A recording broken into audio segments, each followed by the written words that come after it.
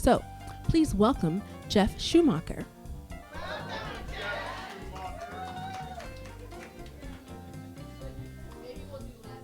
Thank you for inviting me. Appreciate the opportunity to come out and say a few words about my work, and then maybe read just a couple of quick excerpts from a book that I've written.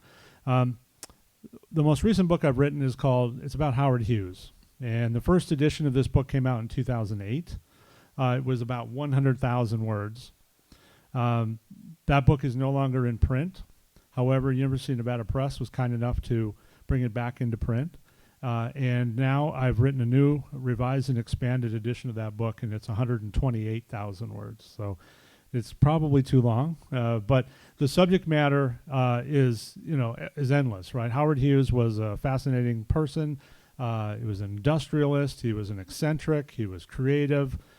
He was a victim. It was a tragedy what happened to him ultimately. And in writing a biography of him, what I wanted to try to do was have these little moments. What you want to try to do with a biography is really kind of somehow capture who that person is, right? It's not easy to do with names and dates and places. You need to be able to have a little bit of insight into that person's character. And the way to do that is to talk to people who knew him and interacted with that person, and hopefully can tell a few stories about that person. In my case, tonight I've selected 3 sort of just really small tidbits. It's a 128,000 page book, and I've got about 400 words here to share with you. But I think they provide some insights into the subject that I hope are illuminating. So the first one, I talk about when Hughes first started coming to Las Vegas. And the first time I've been able to document when he came to Las Vegas was in 1942. And he was really into aviation at that time. He was flying airplanes all over the place, and he would come to Las Vegas. And so I'll read just this excerpt from this story that's told by a woman who owned an airport here. During the 1930s, Hughes almost certainly touched down in Nevada a few times while testing new airplanes and breaking speed and endurance flying records.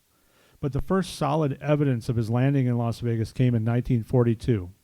Florence Murphy and her husband John opened Sky Haven Airport north of Las Vegas on December 7th, 1941.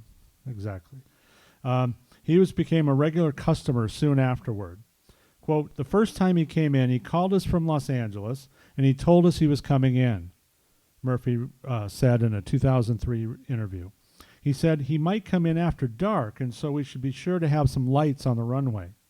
We didn't have lights on the runway, so we got some automobiles parked at the terminal building and got them out beside the runway with their lights shining on the runway. He came in and landed. He was very grateful. One holiday season, Hughes had stationed mechanics at Sky Haven Airport to work on his plane. Quote, "They hadn't heard anything from him for a week, so we told the crew to go home for Christmas," Murphy said. "They didn't want to because Mr. Hughes would be very mad if they did. They finally left, and wouldn't you know it, he came in. He found them gone and fired them all. But I told him it was my fault, and he put them all back to work." And then she says, Murphy says, "Hughes was a very nice fellow, very soft-spoken." Remember, this is 1940s.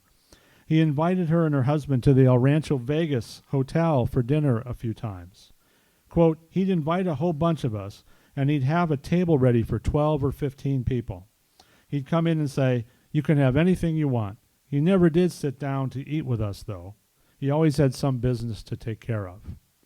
So this is sort of just a slice of life of Las Vegas in the 40s and Howard Hughes. And, Sky Haven Airport that I referenced, that's the North Las Vegas airport that we know today. A little bit later, Howard Hughes comes to Las Vegas, 1966, to live. He moves into the Desert Inn Hotel. Reclusive person, obsessive-compulsive problems, drug problem, and he's watching a lot of television. This is one of the things he did. But you've heard about him watching movies, but he watched a lot of television, too. And he ultimately bought a television station, right, Channel 8. So this is another excerpt. "Hughes always was a picky eater, but his dining habits at the Desert Inn were comical. Personal aide Gordon Margulis said Hughes would discover a new food item and have it every day for a long period. For example, he saw a commercial for Campbell's chicken soup, and ate that for a while. Then he saw a commercial for Swanson TV turkey dinners, and he wanted them. However, Hughes said he didn't like the dark meat mixed with the white meat, and he didn't care for the peach cobbler that came with the meal. Hughes wanted his aides to call the Swanson people and convince them to change the meal. Instead, Margulis asked the Desert Inn chef to help him put in all white meat and a new dessert before it was presented to Hughes. When he saw a commercial for Arby's roast beef sandwiches, Hughes sent Margulis to get him one. But he told Margulis he wanted the restaurant to purchase a stainless steel slicer for the meat first. This didn't happen. Sometimes Hughes would nod off when he was supposed to be eating. And Margulis said, quote, "I'd kick the bed to wake him up, and he'd start eating again." So just a little insight into what was happening on the 9th floor of the Desert Inn back in the day. It wasn't all, buying casinos, and it was all this really mundane stuff. Now, here's the tragic part, right? Hughes was really neglected by his aides. He was neglected by his doctors in his later years, much like Elvis Presley, much like Michael Jackson. Taking, drugs were a problem, addiction to drugs, not getting proper medical care, and so forth. So Hughes is not in great shape.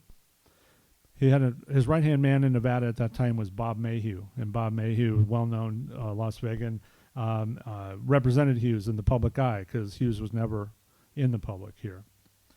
Bob Mayhew wanted to meet Hughes in person and actually tried to see him at a critical moment in 1968.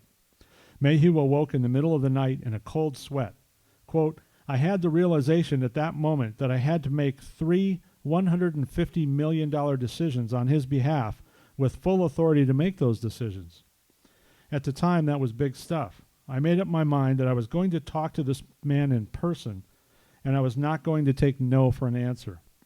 I finally got him on the phone, and 4+ hours later, Hughes started actually crying on the phone.